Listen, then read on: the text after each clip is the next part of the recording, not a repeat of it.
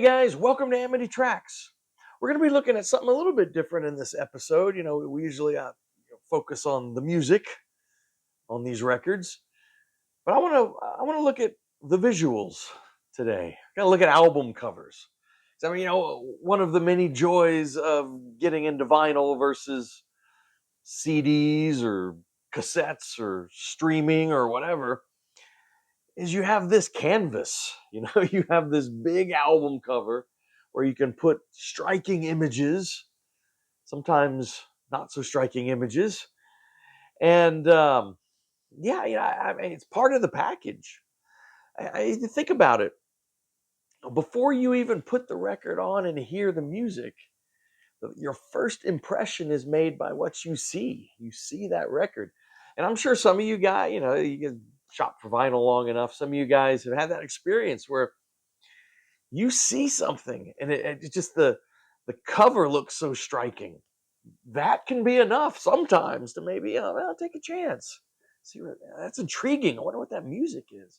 So anyway, I want to look at album covers. I want to look at some of my favorites, some of my least favorites. And so what we're going to do here is I've got a top 10 of my 10 favorite album covers. We'll count them down.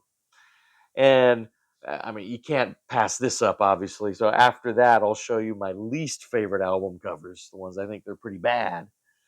And so I'm not looking at album covers out there in the entire universe. This is all stuff that I own. So my favorite and least favorite of stuff that I have, that I physically have. Okay, so so some of these, especially on the least favorite ones. I mean, you can Google and there's a lot of fun, kind of atrocious countdowns of the but these are ones that I own. So we're gonna look at it that way. So before I get into the top 10, got a little side thing here because as I was looking through my records, I kind of had this almost little kind of side category here, which I thought was kind of cool, which is a series of records where the album covers are related. And what I mean by that is I'll just kind of show you the most obvious one, right? The Beatles Red and Blue album collections, right? There's this one, and then there's this one. So related album covers thematically. This was from that photo session. I think it's the same picture from the same photo session, at least. That's on the Please Please Me cover, but also on the Beatles 1962-66, the Red Album compilation. And then, of course, they returned to the same location years later. And then that picture was used on the 67-70 Blue compilation. So that kind of thing. Multiple albums where the images are related. There's really two more, and it's just I don't know. I thought they were cool. So, like I said, just a little appetizer before we get to my favorite album covers. So I gotta mention the King Crimson, the '80s trilogy, Discipline, Beat, and Three of a Perfect Pair, right? With the kind of striking primary colors here, and you know, kind of simple symbols, on the front covers. Yeah, I mean, you just see those together, and they're a trilogy. They kind of go together, and they definitely are. The '80s King Crimson. Little side note here: I am super psyched. Have you guys been paying attention to this new super group out there called Beat? It comprises of the great Tony Levin, of course, and Adrian Belew. So two members of actual '80s King Crimson, and then Steve Vai on guitar, and was it Danny Carey, a drummer from Tool? And they're hitting the road, and they're gonna play '80s King Crimson, which is this is my favorite era of King Crimson. I love '80s King Crimson. So psyched! I got my ticket. I'm gonna go see it sometime in the fall, September, I think. Anyway, super excited. All right, but I like those covers. Now this is the coolest one here, I think. Because this was really well thought out. Now, this wasn't, it's like these aren't like some of my favorite album covers, but I like how these four album covers are all connected. And so, so I want to show it to you. So this is Bela Fleck and the Flecktones, and their first three records, I got it all CD, but the first three discs, And then, that original lineup of Bela Fleck and the Flecktones, Howard Levy, the pianist and harmonica player, left after the first three records. They continued on as a trio for a while. Then Jeff Coffin came in on the saxophones, and then he left. And then Levy came back for a fourth record, and so far this is all they've made in that lineup of Bela Fleck, Victor Wooten, Future Man, and Howard Levy. But all of the albums of that lineup are all visually connected with their album covers, and I just think it's kind of cool, right? So here's the debut, Bela Fleck and the Flecktones here, and you see this little pink, ball here, and so on the second album, you pull out on this picture. Notice, I got the horse, right? And there's the horse, and it's "Flight of the Cosmic Hippo," which is the title of the second record, and you see the hippo. Now here, you kind of see, where is it? Yeah, you see this yellow thing here down in the corner. Well, you pull out even further, and then on the third record, there's the yellow thing, and there's the foot of the hippo. You have this UFO tofu. And then after that, Howard Levy leaves, and they kind of drop this concept, and they make a bunch of other records. Then Levy returns, and then so then the next record where Levy is back in the lineup, they kind of return to this and see, where is it. It's so this is kind of cool because you go back to the original record here with the little rocket ship here, so keep that in mind. And then you have Rocket Science, which is the rocket ship close up. But then also you have the horse, the horse, the hippo, and the UFO tofu cafe or whatever here. So referencing, connecting those three original records when Levy was in the lineup. There they all are. So I just think, it's like, I don't love the album covers themselves. I just think it's really cool how they sort of, thematically connected them all. I like that. All right. Let's get to my favorites here. Here are my top 10 album covers. Number 10. Kind of go through these quickly because we don't really have to talk about the music on these records. We're just looking at the visuals here, right? Although like most of these, I love the music too. But number 10, I'm going with Dr. John the Night Tripper, Grigri, his major debut right here. I just dig it because, it's cool when an album cover really sort of evokes the music within, right? And this is trippy, swampy, psychedelic voodoo stuff. And yeah, kind of looks like it, doesn't it? All right. My number 9. Got some jazz here. Got Count Basie with the Atomic Count Basie. The Atomic Count Basie. Now, I'm a history guy. I teach history. That's actually what I do for a living, right? And I love the Cold War era. It's kind of my favorite era to talk about and learn about and teach. And yeah, I'm a sucker for good nuclear test pictures, atomic and hydrogen bombs. Man, you're going to put a nuke on your album cover? It's got to be some exciting music on that record. And it is. This is a rockin' Count Basie record. All right. Number, I don't have it written down, so I got to remember. 10, 9, 8. Number 8. This one, oh man, when this came out, I thought this was so naughty. So naughty. Now it's just kind of silly fun. But man, remember when Van Halen 1984 came out, the Angel on a Smoke Break here? Oh, yeah. Well, flip it over there. They're the guys. But yeah, just, I don't know. I just remember, I thought this was so scandalous when I was a kid, and this came out on an angel smoking a cigarette. I don't know. It's just kind of sly fun now, but it's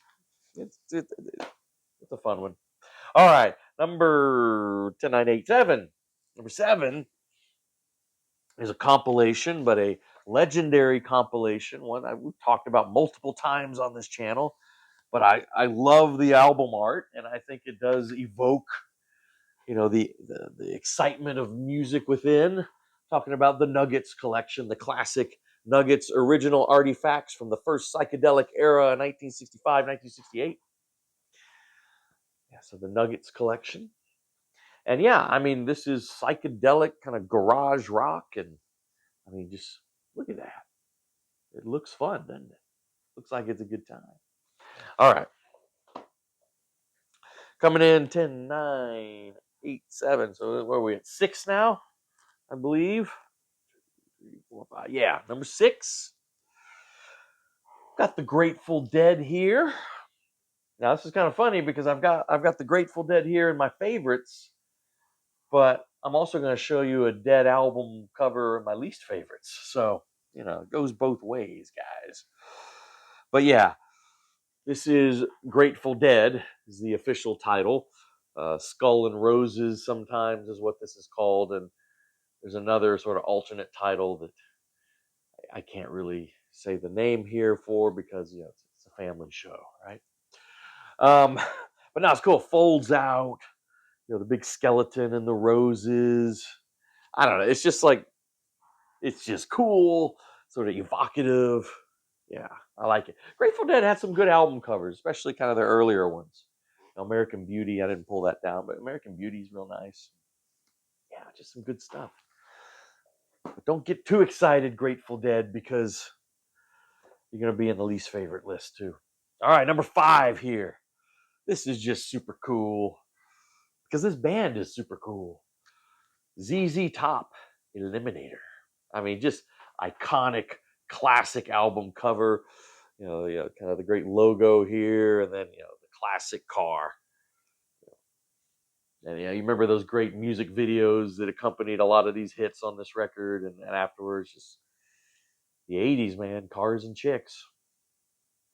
Anyway, very cool, very cool. All right. Oh, speaking of chicks, I am a guy, and I love beautiful women and cars. So how about the Cars? Like the band, the Cars, who always had lovely album covers. But I gotta go with Candio, which is just like a ridiculously idealized, you know, female here on this cool, just real stylized, real cool kind of. Obviously the picture of the girl there is fully realized and detailed, but then it's hard to see. But you've got the kind of sketch of her kind of laying on the hood of the car. Maybe you can see the car. There's the wheel, right? Anyway, it's just slick and cool, just like the Cars music. All right. Oh man, talk about iconic. This is iconic. My number 3. And this is just like this just screams the '80s.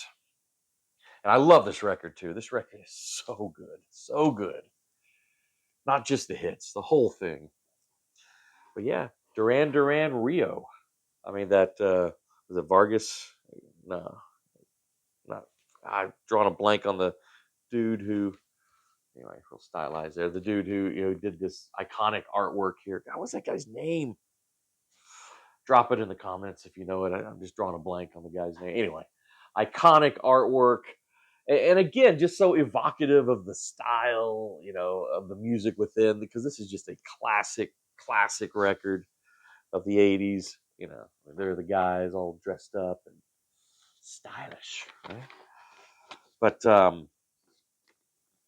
yeah, just beautifully slick music. I love Duran Duran. Love this record. All right, number 2, another band I love, and I don't need to apologize. Ever since I was a kid, I was a Kiss fan, right? And Kiss had some iconic album art. I mean, they were kind of made for it, right? I, I actually love most of their '70s album art.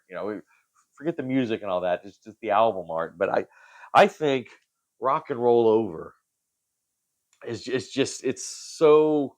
I got the same image on the backside, but Rock and Roll Over is just I don't know, so ridiculously over the top and cartoonish and just when you're a kid and a new Kiss album came out and just like, yeah. You know? I mean, it's just garish, rock and roll. I don't know. I dig it. I always Ace Frehley was always my favorite. Lasers coming out of the spaceman's eyes, right? Rock and roll over, baby. But my favorite album art or album cover of stuff that I own is I've always loved this. This is just so cool. Um, is Jeff Beck, 1989, Jeff Beck's Guitar Shop. Yeah, I just take a look at that. It's just so cool. And actually, what's cool is if I have the gatefold version, which apparently I learned in a someone left a comment when I showed this when I was doing my 1989 countdown. It's like, where'd you get the gatefold? So I guess I don't know, but it's what I got. I just assumed this was how it came, but I guess it doesn't always come in a gatefold.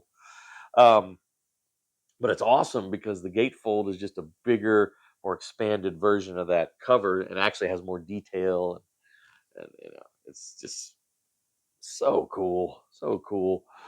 But yeah, I mean, Jeff Beck, of course, his two passions was the guitar, and he loved working on old cars. So this is kind of a fun, in the garage here doing, but obviously you got a Stratocaster up here instead of a vehicle. But it's just cool. You just look at the detail there. You got that truck getting ready to take out the finished guitar out there. And over here where, you'd have all the car stuff, it's got all these like, some picks and, little head here and the knobs, and got the amps over here. It's just a little whammy bar here. It's all bent on the floor like it's been taken off. I don't know. It's I love the style of it. I love, the image is just cool and kind of fun, and because Jeff Beck was cool. I don't know. I'm just, and the album titles, Jeff Beck's Guitar Shop. It's the name of the record, and I don't know, man. It's just I've always just loved this record. In fact, I have another copy of this record um, that I have actually framed on my wall over there because I just love this album art so much. Awesome, awesome. All right. Well, what some of you probably been waiting for even more than the cool album art is the bad album art, because bad album art's always fun to talk about, isn't it? I don't know. I don't know. I mean, I'm just kind of looking here. There's only one here, and I'll save it for last, that I think is actually like atrocious. I mean, that I hate. um, like I look at it and it's like, ooh, like it makes you not want to listen to it. It's so bad. The rest of these, I just think, kind of miss the mark, or sort of like what the hell, or kind of cheese ball. So, yeah, I'll kind of show these real quick here. Well, we'll start with this one. This is a great record. I love the music on it. I really like both of these artists.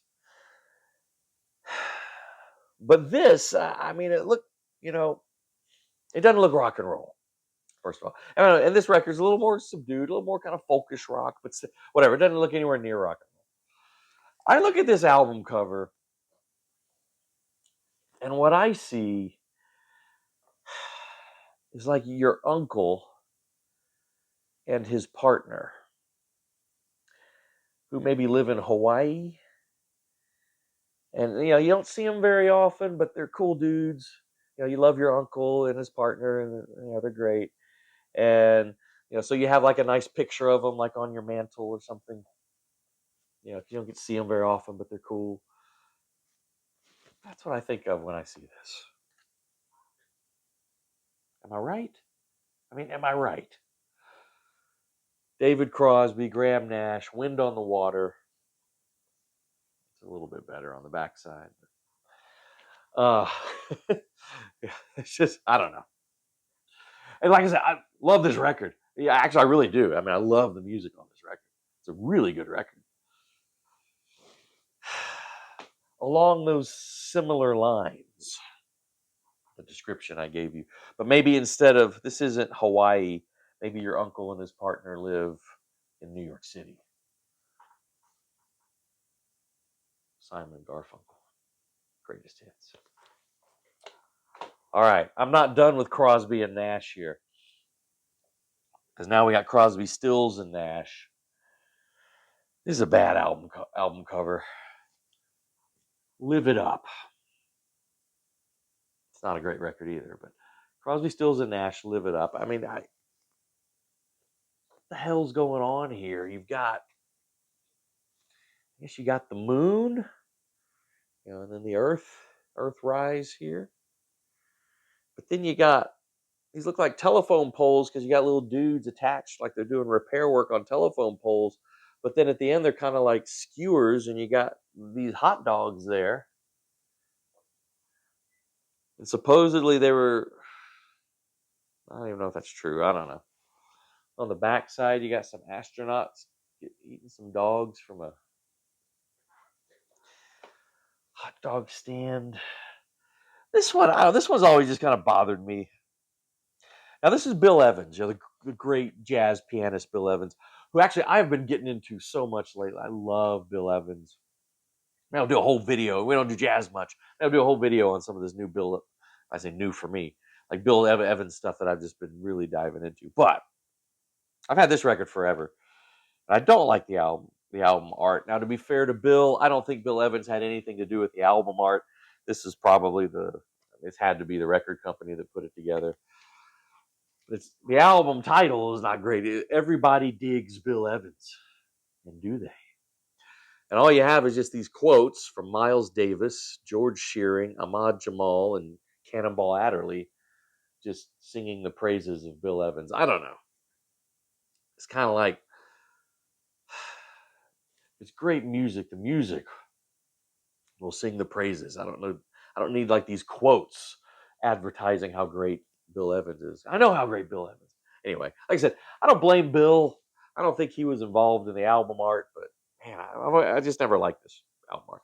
Now, there's even these liner notes on the back where it says, the unusual cover of this album is designed to make completely clear, in case you didn't know, one of the most startling facts about Bill Evans.